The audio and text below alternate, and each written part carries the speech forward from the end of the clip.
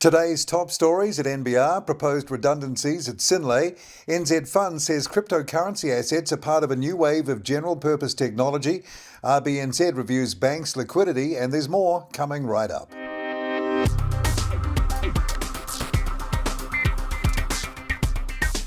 Kia ora and welcome to NBR Today, a wrap of the day's top business stories from the authority in New Zealand business news since 1970, nbr.co.nz. It's Wednesday, September 8th. I'm Paul Brennan. Thanks again for joining us.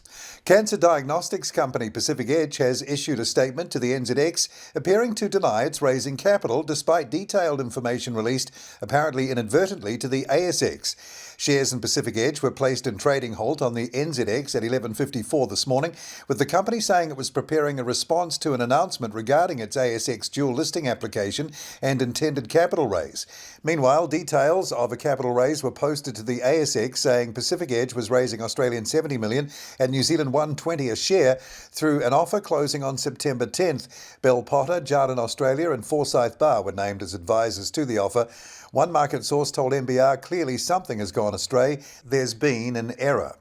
Canterbury-based milk processor Sinlay has announced proposed redundancies to cut its staff by 15%, implying about 150 job losses. In May, Sinlay said it had expected to make a loss for the year to July of 20 to 30 million and had been granted a waiver on banking covenants for the year. Sinlay had been through a lot of change over the past 12 months, said Chief Executive John Penno. In a statement to the NZX this morning, Sinlay said it had begun a consultation process to update its organisational structure. The Chief Executive of NZ Fund says cryptocurrency assets are part of a new wave of general-purpose technology akin to the internet, computers and biotechnology 20 years ago, which will soon be used in everything we touch and do. As such, Michael Lang pleaded with Parliament's Finance and Expenditure Select Committee to consider any potential regulation lead to encouraging access and participation in the asset class, rather than seeing the concept killed or pushed underground. He joined the NBR's Hamish McNicol. They've only been around, obviously, for about 10 years, since 2009. But they are a asset class that grows in value as more and more people adopt and use them, and as they find different ways to use the technology. So they create capital growth over time. But more importantly, they don't rise and fall with most of the other assets that create capital growth over time. NZ Fund's Chief Executive Michael Lang with the NBR's Hamish McNicol there.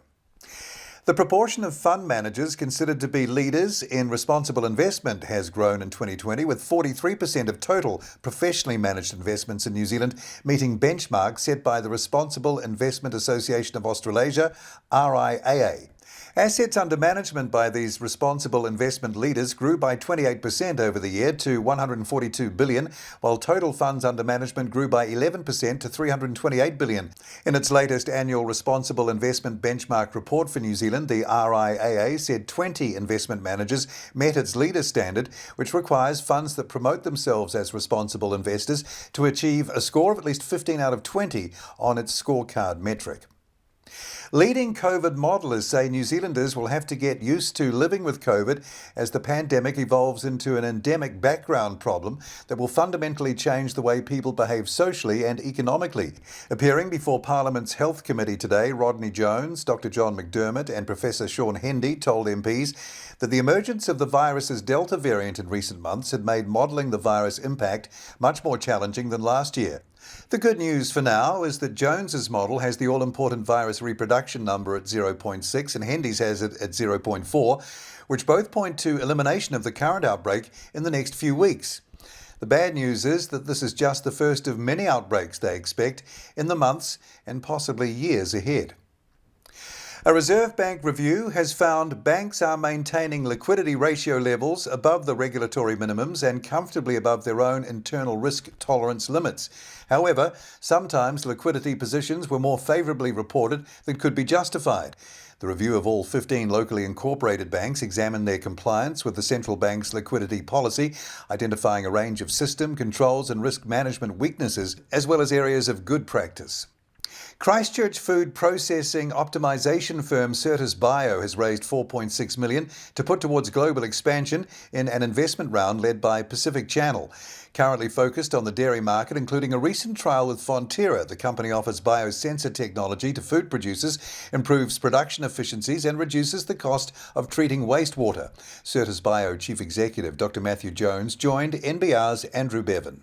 We've raised about 1.5 million previously, so this is an investment for growth. So we've proved the value proposition, been working nicely with local processors, and we're looking to expand in the New Zealand and international markets. Certis Bio Chief Executive Dr. Matthew Jones with Andrew Bevan. The full details of those stories and more are at nbr.co.nz right now.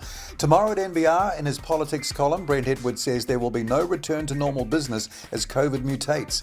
And NBR will have the latest Rocket Lab half-yearly result as it reports overnight.